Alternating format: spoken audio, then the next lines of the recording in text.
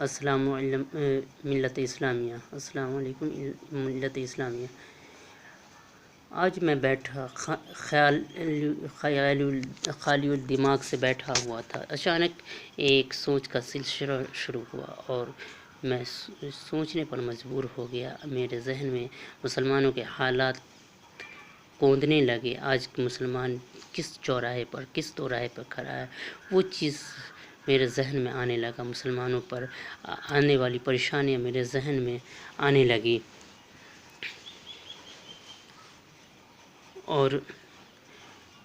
میں سوچنے لگا کہ مسلمان کی پریشانی کے سبب کیا ہے، مسلمان کیوں پریشان ہے، اتنے پریشان ہیں۔ ہر جگہ مسلمان پریشان ہیں، حتیٰ کہ وہاں جہاں مسلمان اکثریت میں ہیں اور جہاں مسلمانوں کی حکومت ہے وہاں بھی مسلمان پریشان میں ہیں، وہاں بھی مسلمان ایک دوسرے کو سے لڑ رہے ہیں، نبض آزما ہیں۔ تو مجھے یہ سمجھ میں آتی ہے بات کہ اپنوں کی ہی منافقت سے آج مسلمان ہر جگہ پریشان ہیں۔ جہاں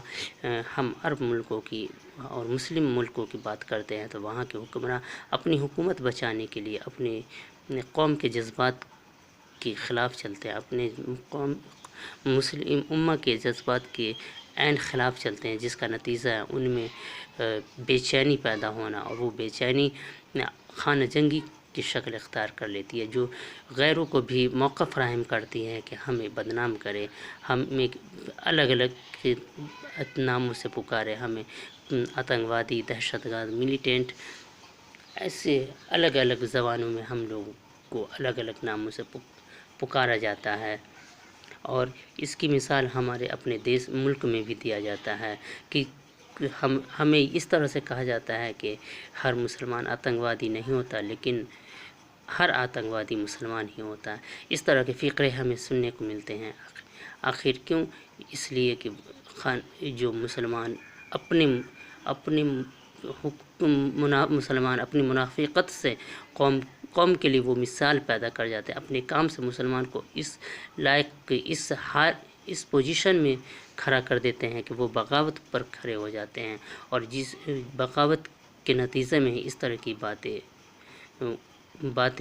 آتی ہیں، اس طرح کی باتیں سر اٹھاتی ہیں۔ آج ہم ہندوستان کی بات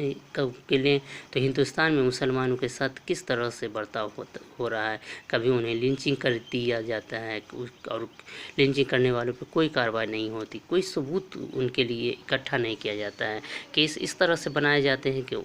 ان پہ کسی طرح کی کوئی کارروائی نہیں ہو سکے،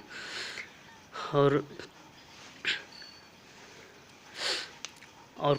اس طرح سے وہ کارروائی سے بچ جاتے ہیں، کسی طرح کی کارروائی نہیں ہوتی۔ مسلمانوں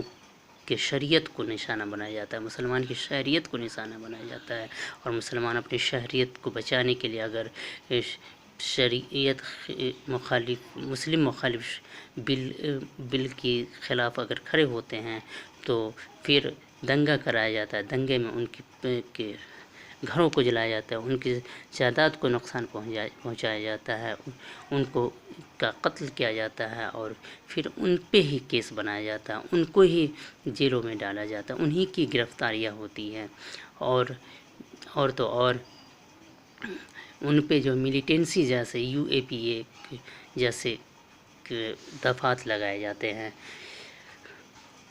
تو اور ان سب کے باوجود ہمارے رہنما میڈیا سینٹر پہ آ کر کے، میڈیا کے اسٹوڈیو میں آ کر کے حکومت کا دفاع کرتے ہیں۔ وہ یہ بتانے کی کوشش کرتے ہیں کہ مسلمان کو ہندوستان کے جیسا دیش کہیں نہیں ملے گا، جس مسلمانوں کے لیے جیسے مان لو کہ یہ ہندوستان جنت ہو، اس طرح کی باتیں وہ کہتے ہیں۔ بھائی، اگر مجھ سے جنت اسی طرح کا ہوگا تو شاید کوئی بھی جنت میں جانے کی خواہش نہیں رکھے گا۔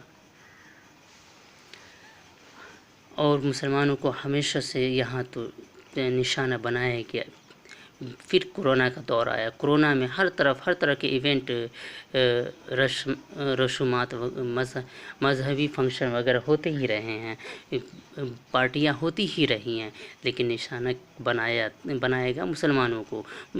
کو اس کے لیے مورد الزام ٹھہرایا گیا۔ جب تبلیغی جماعت کو چہرہ تبلیغی جماعت کا چہرہ سامنے لایا گیا اور اس کی آڑ میں تمام مسلمانوں کو بدنام کیا گیا، تو یہاں تک کہ ہر جگہ مسلمانوں کو پھر مارنا، مسلمانوں کو پریشان کرنا، مسلمانوں کو کوارنٹائن، زبردستی کوارنٹائن کرنا، ان کو مہینے 40 دن تک کوارنٹائن میں رکھنا، اس طرح کا عمل تو کہیں ڈاکٹر مسلمانوں کا علاج کرنے سے منع کر رہے تھے، اس طرح کے معاملات پیدا ہوئے۔ ان سب حالات کو دیکھتے ہوئے ہمارے علماء کرام نے احتیاط کے طور پر مسلمانوں سے اپیل کی کہ آپ لوگ اس بار بعد میں جو بازار کھول دیا گیا تاکہ لوگ خریداری کریں، جبکہ ہماری مسجدیں بند ہیں، ہماری مسجدوں میں اجازت نہیں ہے کہ لوگ اکٹھا ہو کر نماز پڑھ سکیں، لیکن بازاروں میں اکٹھے ہو سکتے ہیں، شراب کے ٹھیکوں پر ایک دوسرے پر گر سکتے ہیں، اپنے گھر واپس جانے کے لیے رجسٹریشن کرانے کے لیے وہاں بھیڑ لگ سکتی ہے، راشن لینے کے لیے بھیڑ لگ سکتی ہے، ان سب سے بینکوں سے پیسہ سرکار کی جو 500 روپیہ دیتی ہے اس سے وہ پیسہ بینکوں سے لینے کے لیے وہاں بھیڑ لگ سکتی ہے۔ ان سب سے کہیں کرونا نہیں پھیلے گا، لیکن مسجدوں میں نماز پڑھنے سے کرونا پھیل رہا ہے۔ اس طرح کے حالات پیدا ہوئے، اور اس سے پہلے تبلیغی جماعت کو لے کر مسلمانوں کو بدنام کیا گیا تھا، اس لیے ان سب کو دیکھتے ہوئے ہمارے علماؤں نے مسلمانوں سے اپیل کی کہ آپ اس بار سادگی سے عید منائیں اور بازار نہ جائیں، مارکیٹنگ نہ کریں، لیکن ہماری قوم نے ان کی اپیل کو، ان کی باتوں کو یکسر مسترد کر دیا۔ ہم نے دیکھا کہ لوگ اسی طرح سے پہلے کی طرح سے، جبکہ علماء کی اپیل تھی، پھر بھی پہلے کی طرح سے ہی بازاروں میں گھوم رہے ہیں، مارکیٹنگ کر رہے ہیں اور انہیں مضبوط کر رہے ہیں جو ہمیشہ ہمارے خلاف کھڑے ہوئے ہیں۔ تو اس سے ہمیں لگا کہ جہاں اپنوں کی منافقت، وہیں ہم مسلمانوں کی بے حسی، اپنے انفرادیت میں کھوئے رہنا، اپنے مفاد کو ترجیح دینا، ان سب کی وجہ سے ہم ہر جگہ پریشان ہیں۔ ہم آپس میں متفق نہیں، انتشار کے شکار ہیں۔ اگر کہیں کوئی اپیل کیا جاتا ہے تو ہم اس پہ عمل کرنے کے لیے تیار نہیں ہوتے، ہم متحد ہونے کے لیے تیار ہی نہیں ہیں کہ ایک زبان پہ ہم جو چیز، اگر کسی چیز کے لیے آواز اٹھ جائے تو اس سے ہم رک جائیں، رکنے کے لیے کہا جائے تو رک جائیں، اور جو چیز کرنے کے لیے کہا جائے تو کریں۔ اس طرح کا کوئی طرح کا ہم لوگ ہمارے قوم میں نہیں دیکھ رہے ہیں عمل، جبکہ جب بدنام کیا جاتا ہے تو ساری قوم کو، ساری فرقے کو بدنام کیا جاتا ہے، کہیں یہ دیکھ کر کے نہیں کیا جاتا ہے کہ وہ صحیح ہے، یہ غلط ہے، بلکہ قوم مسلم کو بدنام کیا جاتا ہے۔ لیکن پھر بھی ہم ہوش کے ناخن نہیں لے رہے ہیں، اس لیے میں کہنا چاہوں گا کہ اپنے عمل پہ غور کریں، اپنا احتساب کریں اور علماء کو عزت دیں، علماء کی باتوں پہ عمل کرنے کی کوشش کریں، تو انشاءاللہ ہم باوزن ہوں گے، نہیں تو ہم ایسی بے وزن بنے رہیں گے، اور جو چاہے گا ہمیں ایک فٹ بال کی طرح سے جدھر چاہے گا وہ اڑا سکتا ہے۔ اس لیے ہم کیا بنا کے رہنا چاہتے ہیں؟ ہم فٹ بال کی مانند ایک مثال بننا چاہتے ہیں، یا قوم ملت کے ساتھ ایک جٹ ہونا چاہتے ہیں؟ یہ ہم سب کو اب فیصلہ کرنا ہے۔ مجھے امید ہے کہ ہم ان سب پہ غور کریں گے، اور میں نے اپنی ٹوٹی پھوٹی لفظوں میں اپنے جذبات کو بیان کرنے کی کوشش کی ہے۔ اگر پسند ہو تو آپ میری باتوں پر عمل کریں، ہم شاپنگ سے بچیں، ہم سادگی سے عید منائیں، اور اپنے دوسرے مسلمان بھائیوں کو بھی یہ بات کو شیئر کریں۔ شکریہ۔